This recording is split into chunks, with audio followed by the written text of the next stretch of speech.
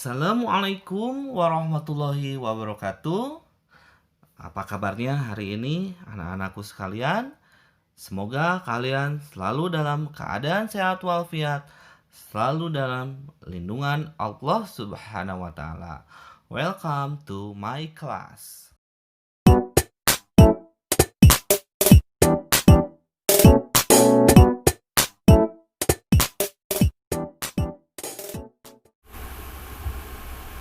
Oke, pada pembelajaran kali ini kita akan belajar pada subtema 2, yaitu usaha di sekitarku.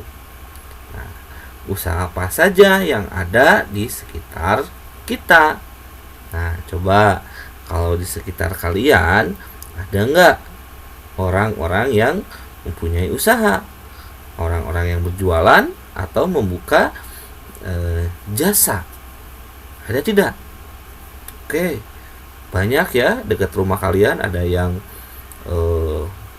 tetangganya ngewarung, ada yang buka usaha cukur rambut, laundry, dan sebagainya. Nah, bagaimana usaha tersebut bermanfaat untuk diri kita dan orang lain di sekitar kita? Nah, tentu saja dengan adanya orang yang mempunyai usaha di dekat lingkungan kita, itu akan memberikan dampak yang positif, ya, baik bagi kita, orang lain, atau kepada orang yang mempunyai usaha tersebut, ya, seperti itu. Untuk yang mempunyai usaha, otomatis akan ada penghasilan, dan untuk kita dapat mudah untuk mencari suatu barang atau menggunakan jasa orang yang mempunyai usaha. Contoh jasa dari laundry, ya, seperti itu.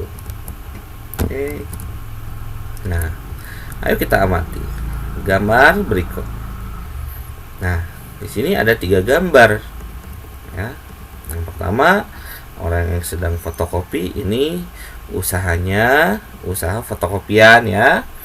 Yang tengah itu usaha potong rambut, dan yang ketiga itu adalah usaha, ya betul, usaha bengkel, ya.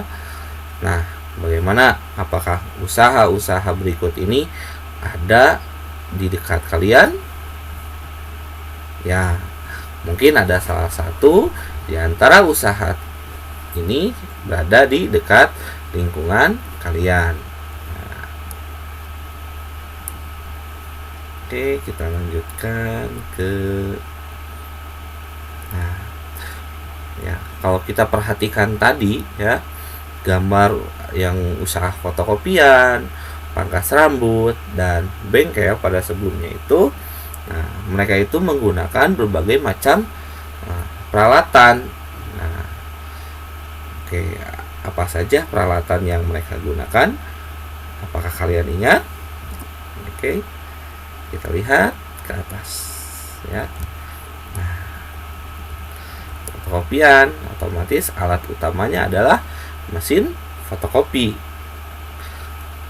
Tukang cukur rambut, ada alatnya, gunting rambut, atau ada juga yang pakai mesin pemotong rambut, ya, dan lain-lain. Dan perbengkelan dari mulai obeng, kunci-kunci, spare partnya, dan lain-lain. Nah, itu yang digunakan oleh bengkel, ya. Nah, barang-barang tersebut yang menunjang untuk kegiatan usaha itu ada yang dibuat di dalam negeri ataupun ada juga yang didatangkan dari luar negeri, seperti itu. Oke. Nah, dalam menjalankan roda perekonomian, suatu negara tidak dapat berdiri sendiri, namun diperlukan kerjasama dengan negara lainnya. Salah satu contohnya adalah kerjasama di antara negara-negara ASEAN. Nah, mari kita ambil contoh sederhana dari usaha yang terdapat pada gambar tadi, yaitu usaha pangkas rambut. Nah, untuk menjalankan usaha tersebut, sumber daya yang digunakan bisa berasal dari dalam negeri. Misalnya, sumber daya manusianya, kursi dan mejanya. Namun, ada juga sumber daya yang berasal dari luar negerinya. Misalnya, mesin cukur dan peralatan lainnya. Begitu pula dengan usaha fotokopi dan bengkel. Sebagian sumber daya ada yang berasal dari dalam negeri dan ada juga yang didatangkan dari luar negeri. Nah, seperti mesin fotokopian dan suku cadang untuk kendaraan bermotor itu didatangkan dari luar negeri. Nah, kegiatan mendatangkan atau memasukkan barang dagangan atau komoditas dari luar negeri disebut mengimpor. Mendatangkan barang dari luar negeri ke dalam negeri itu dinamakan mengimpor, ya. Sementara kegiatan mengirim barang dagangan atau komoditas ke luar negeri itu disebut mengekspor. Menjual barang ke luar negeri itu dinamakan mengekspor, ya. Jadi ada ekspor, ada impor, seperti itu. X keluar, in ke dalam. X berarti keluar negeri, in ke dalam negeri, seperti itu. Dan komoditas ekspor impor ini banyak sekali macam ragamnya.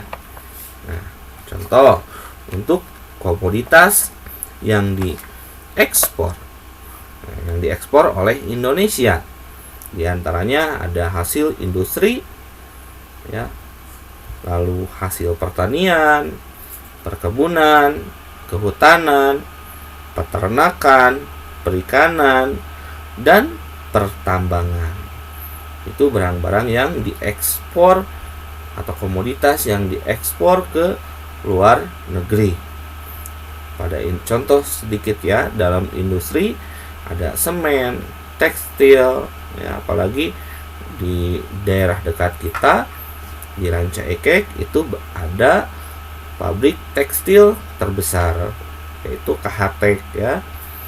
Dan hasil dari pabrik tekstil KHT tersebut sebagian besar itu diekspor ke luar negeri.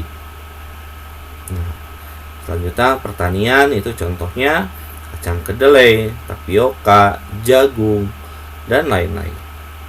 Perkebunan ada kelapa sawit, karet, kopi, dan lain-lain, ya. Nah, sementara untuk impor, ya, jadi Indonesia itu selain mengekspor barangnya ke luar negeri, Indonesia juga melakukan impor barang dari luar negeri. Nah, contohnya komoditas yang diekspor oleh Indonesia adalah barang konsumsi. Contohnya makanan dan minuman kaleng, daging, susu, dan buah-buahan. Nah, kalau kalian ke minimarket, kalian bisa cek makanan-makanan kaleng, itu ada juga yang buatan atau dari luar negeri, seperti itu. Lalu ada selanjutnya, selain barang konsumsi itu ada bahan baku. Bahan baku di sini antara lain bahan baku industri makanan dan minuman. Contohnya suku cadang otomotif dan alat elektronik serta bahan kimia.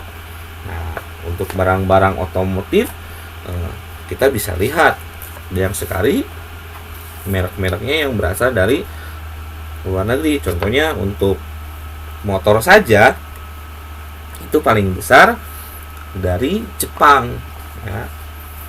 Dan barang-barang elektronik juga banyak yang dari Jepang dan Cina, ya, seperti televisi, kulkas, laptop, dan lain-lain. Seterusnya ada juga barang industri, antara lain mesin industri, elektronik, dan alat angkutan. Contohnya kereta api, ya. Kereta api kita kerjasama dengan Jepang, ya. Selanjutnya ada juga di bidang jasa, antara lain tenaga ahli dalam bidang kedokteran, pendidikan, transportasi, dan industri. Jadi orang-orang didatangkan dari luar negeri. Nah, selanjutnya ada olahan hasil tambang, diantaranya ada bensin, solar, dan aftur. Nah, mungkin kalau bensin sama solar kalian sudah tidak asing lagi. Nah, untuk aftur, ada yang sudah tahu apa itu aftur? Ya, betul. Aftur itu adalah bahan bakar untuk pesawat terbang. Nah, seperti itu. Jadi kegiatan ekspor impor ini Indonesia memiliki banyak peranan, ya, baik itu dalam kegiatan mengekspor dan mengimpor suatu barang atau jasa, seperti itu. Nah, di sini juga ada beberapa informasi tentang kegiatan mengekspor, lebih tepatnya barang-barang yang diekspor ke luar negeri. Di sini ada suatu teks tentang ekspor batik terus meningkat. Nah, kita baca ya. Kementerian Perindustrian menargetkan ekspor produk batik hingga 2019 mencapai 1,5 miliar US dollar atau sekitar 22,07 triliun. Berdasarkan data Kementerian Perdagangan, ekspor produk batik ini cenderung meningkat setiap tahunnya. Pada periode Januari sampai April 2015, nilai ekspor mencapai 81,8 juta US dollar atau sekitar 1,2 triliun. Ekspor pada 2014 mencapai 340 juta US dollar atau setara dengan 5 triliun. Jumlah itu meningkat 17% jika dibandingkan dengan ekspor 2013. Nah, batik Indonesia sudah diekspor ke berbagai negara ASEAN, ya, seperti Malaysia, Singapura, dan lain-lain.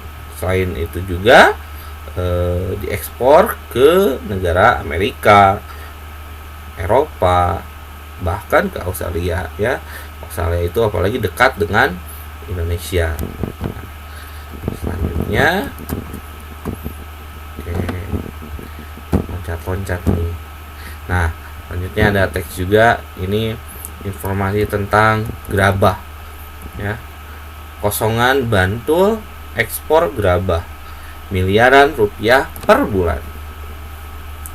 Kalangan pengrajin di sentra kerajinan gerabah dan keramik desa Kasongan, Kabupaten Bantul, Daerah Istimewa Yogyakarta, mampu mengekspor berbagai macam kerajinan.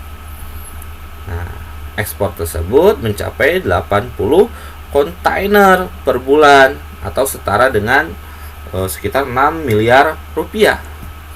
Berbagai kerajinan gerabah yang diekspor itu meliputi guci yang dibalut dengan kerang dan kaca, ada patung, hiasan luar ruangan dengan berbagai model dan motif kembangannya. Itu. Nah, ini gambar dari kerajinan gerabah, ya. Sentra kerajinan Kasongan memiliki ratusan perajin, ya, pengrajin yang tersebar di 5 pedusunan dengan sekitar 200 pengrajin kualitas ekspor. Ini kualitasnya sudah bagus.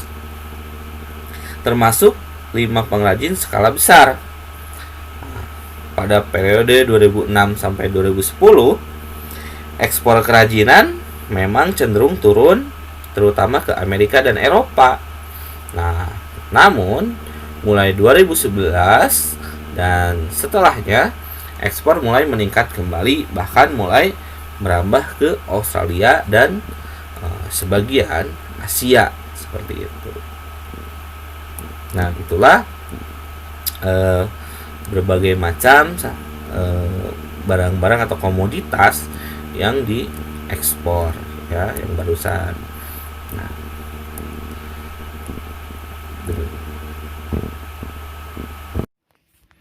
bagaimana? Apakah sekarang kalian sudah mengerti?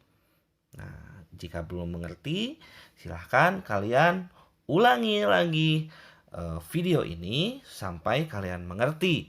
Dan jika ada hal-hal yang ingin ditanyakan, silahkan hubungi wali kelasnya masing-masing.